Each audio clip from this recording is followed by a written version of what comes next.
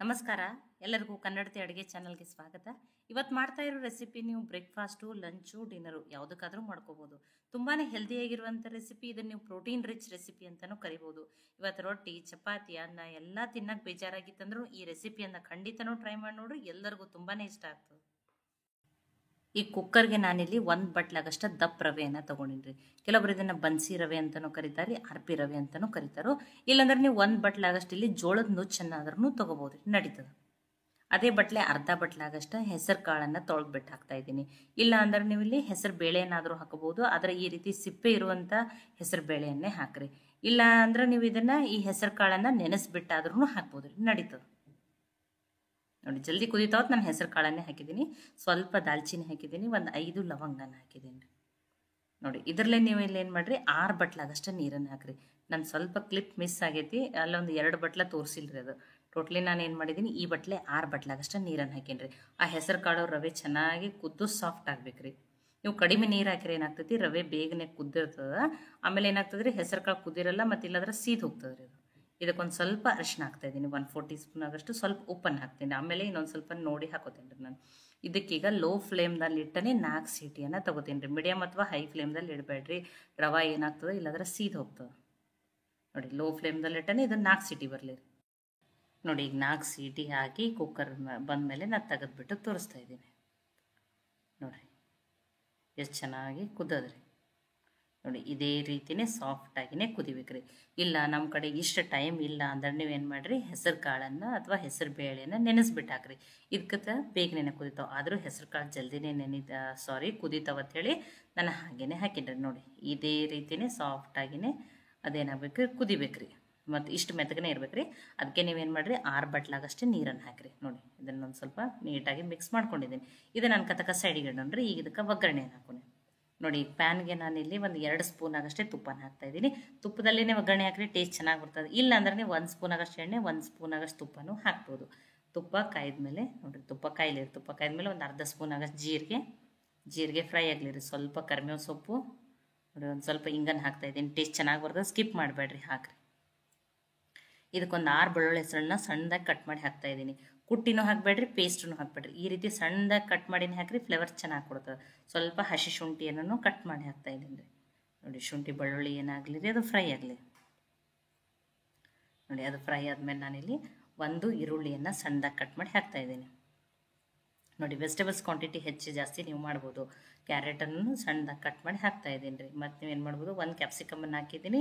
ಇಲ್ಲಿ ಬೀನ್ಸನ್ನು ಹಾಕ್ಬೋದು, ಪೀಸನ್ನಾದ್ರೂ ಹಾಕ್ಬೋದು ರೀ, ನಡೀತದೆ. ನಿಮಗೆ ಯಾವ ವೆಜಿಟೇಬಲ್ಸ್ ಇಷ್ಟನ ಅವನ್ನ ಹಾಕೋರಿ. ಮತ್ತು ವೆಜಿಟೇಬಲ್ಸ್ ಕ್ವಾಂಟಿಟಿ ಹೆಚ್ಚು ಕಡಿಮೆನೂ ಮಾಡ್ಬೋದು. ನೋಡಿ, ಇಲ್ಲಿ ನಾನು ಆಲೂಗಡ್ಡೆಯನ್ನು ಮರ್ತಿದ್ದೆ. ಆಲೂಗಡ್ಡೆಯನ್ನು ಒಂದು ಅರ್ಧ ಆಲೂಗಡ್ಡೆನ ಸಣ್ಣದಾಗಿನೂ ಸಿಪ್ಪೆ ತೆಗೆದು ಕಟ್ ಮಾಡಿ ಹಾಕ್ತಾಯಿದ್ದೀನಿ ರೀ ನಾನು. ನೋಡಿ, ಅದನ್ನೂ ಟೇಸ್ಟ್ ಚೆನ್ನಾಗಿ ಬರ್ತದೆ. ಆದಷ್ಟೇ ಎಲ್ಲ ವೆಜಿಟೇಬಲ್ಸನ್ನು ಸಣ್ಣದಾಗಿ ಕಟ್ ಮಾಡಿ ಹಾಕಿರಿ. ಬೇಗನೆ ಏನಾಗ್ಬಿಡ್ತಾವೆ, ಸಾಫ್ಟ್ ಆಗಿಬಿಡ್ತಾವೆ. ನೋಡಿ, ಹೈ ಫ್ಲೇಮ್ದಲ್ಲಿಟ್ಟನೆ ಒಂದು 2 ನಿಮಿಷ ಆಗಷ್ಟು ಬೇಯಿಸಿದ್ದೀನಿ. ಇದು ಬೇಯ್ದ್ಮೇಲೆ ಈಗ ರುಚಿ ಅಲ್ಲಿ ಕುದಿಯೋ ಮುಂದೆ ಉಪ್ಪು ಹಾಕಿದ ಉಪ್ಪನ್ನು ನೀವು ನೋಡ್ಕೊಂಡು ಹಾಕೋರಿ. ಇನ್ನೊಂದು ಸ್ವಲ್ಪ ಇಲ್ಲಿನೂ ಉಪ್ಪು ಹಾಕಿನ್ರಿ, ಅವಾಗ ವೆಜಿಟೇಬಲ್ಸ್ನು ಬೇಗನೆ ಸಾಫ್ಟ್ ಆಗ್ತಾವೆ ಅಂಥೇಳಿ. ನೋಡಿ, ಉಪ್ಪನ್ನು ಮಿಕ್ಸ್ ಮಾಡ್ಕೊಂಡಿದ್ದೀನಿ. ಈಗ ಇದಕ್ಕೆ ನಾನಿಲ್ಲಿ 1 ಟೊಮ್ಯಾಟೋನ ಹಾಕ್ತಾಯಿದ್ದೀನಿ, ಸಣ್ಣದಿರೋ ಟೊಮ್ಯಾಟೋನ ಹಾಕಿದ್ದೀನಿ ರೀ. ನೋಡಿ, ಈಗೆಲ್ಲ ವೆಜಿಟೇಬಲ್ಸು ಉಪ್ಪು ಇರೋದ್ರಿಂದ ಏನಾಗ್ತಾವೆ, ಬೇಗನೆ ಸಾಫ್ಟ್ ಆಗ್ತಾವೆ. ಇದನ್ನು ಮುಚ್ಚಿ ಲೋ ಫ್ಲೇಮ್ದಲ್ಲಿಟ್ಟನೆ 2 ನಿಮಿಷ ಆಗಷ್ಟು ಬೇಯಿಸ್ತೇನೆ ರೀ ನಾನು. ನೋಡಿ, 2 ನಿಮಿಷ ಆಗಿದೆ. ನೋಡಿ, ಅವೆಲ್ಲ ವೆಜಿಟೇಬಲ್ಸು ಏನಾಗ್ಯಾವ್ರಿ, ಬೇಯ್ದು ಸಾಫ್ಟ್ ಆಗ್ಯಾವ. ಅದಕ್ಕೆ ಆದಷ್ಟು ಸಣ್ಣದಾಗಿ ಕಟ್ ಮಾಡಿರಿ.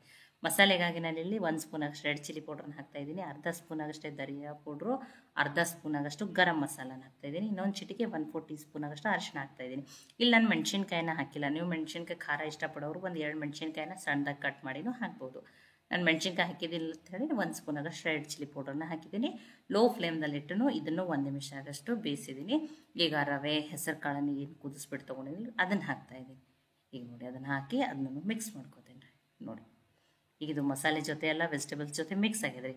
ಈಗ ಇದು ಇಷ್ಟು ಗಟ್ಟಿ ಇರಬಾರ್ದು ರೀ, ಇದು ತೆಳು ಇರಬೇಕು. ಅದಕ್ಕೆ ಇದನ್ನು ನೀವೇನು ಮಾಡಬೇಕು, ಇದಕ್ಕೆ ಬಿಸಿ ನೀರನ್ನೇ ಆ್ಯಡ್ ಮಾಡ್ಕೊರಿ. ತಣ್ಣೀರನ್ನು ಆ್ಯಡ್ ಮಾಡಬೇಡ್ರಿ, ಟೇಸ್ಟ್ ಚೆನ್ನಾಗಲ್ಲ. ಸ್ವಲ್ಪ ಆದರೂ ಬೆಚ್ಚಗಿರೋ ನೀರನ್ನೇ ಹಾಕಿ ಮಿಕ್ಸ್ ಮಾಡ್ಕೊರಿ. ಇಲ್ಲ ನಿಮ್ಗೆ ಇಲ್ಲೇನೋ ಉಪ್ಪು ಕಡಿಮೆ ಅನ್ಸಕತ್ತಿತ್ತು ಅಂದ್ರೆ ಇನ್ನೊಂದು ಸ್ವಲ್ಪ ಉಪ್ಪನ್ನು ಹಾಕ್ಬಿಟ್ಟು ಅಡ್ಜಸ್ಟ್ ಮಾಡ್ಕೊರಿ. ನೋಡಿ, ಈಗ ನೀರನ್ನು ಹಾಕಿದ್ದೀನಿ. ಇದನ್ನು ಮುಚ್ಚಿ ಲೋ ಫ್ಲೇಮ್ದಲ್ಲಿಟ್ಟನೆ 2 ನಿಮಿಷ ಬೇಯಿಸ್ತೀನಿ ರೀ. ಇದಕ್ಕೊಂದು ಮಜ್ಜಿಗೆ ಒಗ್ಗರಣೆಯನ್ನು ರೆಡಿ ಮಾಡ್ಕೊತೀನಿ ರೀ. ಒಗ್ಗರಣೆಗೆ ನಾನಿಲ್ಲಿ ಒಂದು ಅರ್ಧ ಸ್ಪೂನ್ ಆಗಷ್ಟು ಎಣ್ಣೆಯನ್ನು ಹಾಕ್ತಾಯಿದ್ದೀನಿ. ಒಂದು ಸ್ವಲ್ಪ ಸಾಸಿವೆ, 1/4 ಟೀ ಸ್ಪೂನ್ ಆಗಷ್ಟು, ಒಂದು ಸ್ವಲ್ಪ ಜೀರಿಗೆ.